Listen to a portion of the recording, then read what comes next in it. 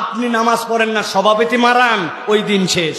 কোথাকার উড়ন চণ্ডী আছে, মসজিদের সভাপতি পদে দাঁড়ায় গেছে, উনি ইমামের উপরে কলম ঘোরায়, ছড়ি ঘোরায়, মন চাপে বলবে চলে যাবে, আর আমরা চলে যাব।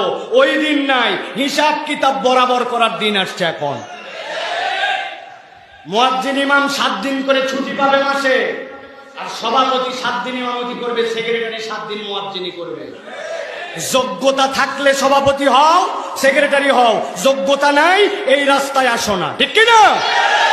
ইন্নামা ইয়ামুরু মাসাজিদাল্লাহ, মসজিদের দায়িত্ব তারা আসবে মান আমানা বিল্লাহ, আল্লাহর প্রতি ঈমান আনা লাগবে, এরপরে নেককার মানুষ হতে হবে, মসজিদের নামাজি হতে হবে।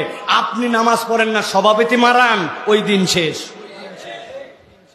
সবার ছুটি লাগে, ইমাম মুয়াজ্জিনের ছুটি লাগে না। একদিনের ছুটির জন্য 3 দিন শেষরাবে, ওগুলা কোনো নাই, মাসিক প্ল্যানই থাকবে। কোন 7 দিন ইমাম থাকবে না, কোন 7 দিন মুয়াজ্জিন থাকবে না, কথা শেষ।